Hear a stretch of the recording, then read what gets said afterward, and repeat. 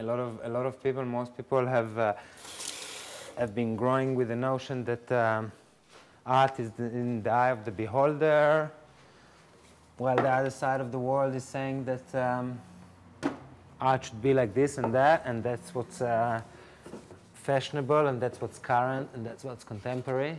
So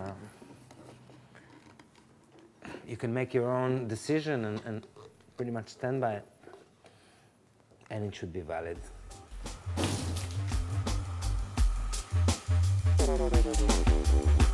Sounds of Swansea.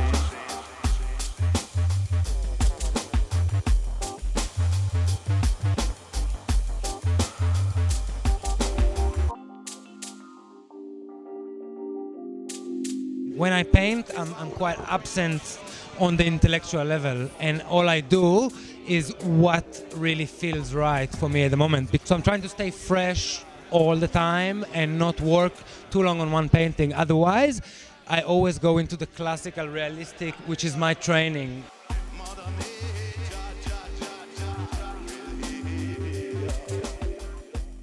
When I did that painting, I wasn't really happy with it, but I was very happy with some of its elements. And that's how I do a lot. So I use it as my emotional abstract, emotional background. That's how you get a very strong features, not necessarily through the whole image, just in some part. There's a lot of parts that leave unfinished or completely random. And a lot of the time I will paint something briefly just because it evokes something in me, leave it and work on a completely different painting on top of it, because it will leave those random elements that mean a lot to me, and work with the painting.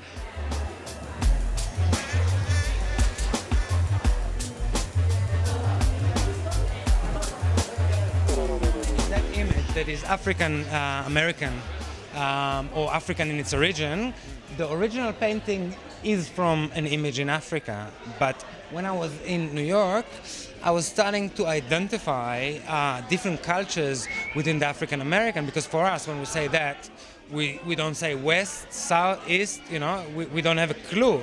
But I started realizing the differences, and I started realizing ways that I saw in the creation, in the rhythmic creation of music and art in the streets. It's a language that is semi-unconscious, you know, or subconscious. Because when I draw, I don't really think what's those next symbols that I'm going to do, but it's what's evoked in me in that particular environment is just going into the paper.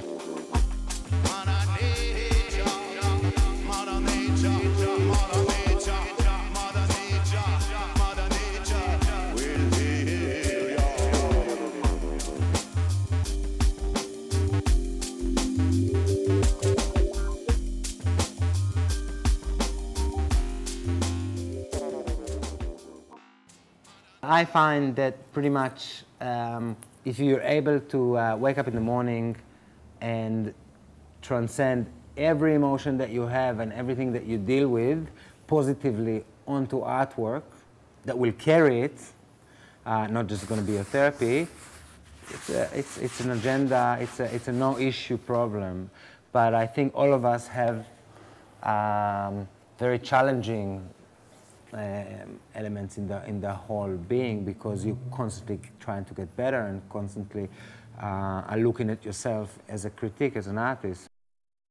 I like to draw, whether it's going to be on massive like A0 papers or bigger than that, just with a free hand, or a fully detailed if I want to study pretty much the skill of how to create that object or subject on a realistic level, so then I can go from there onto a free hand and still get the same feel. A lot of time you need to study something really well to let go.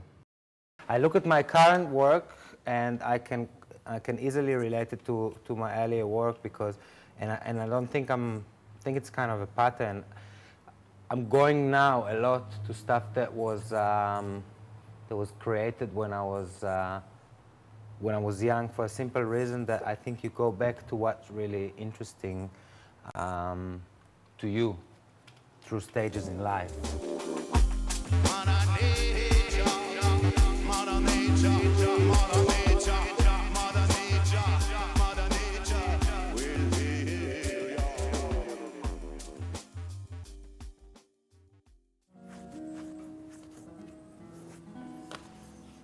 toaster again.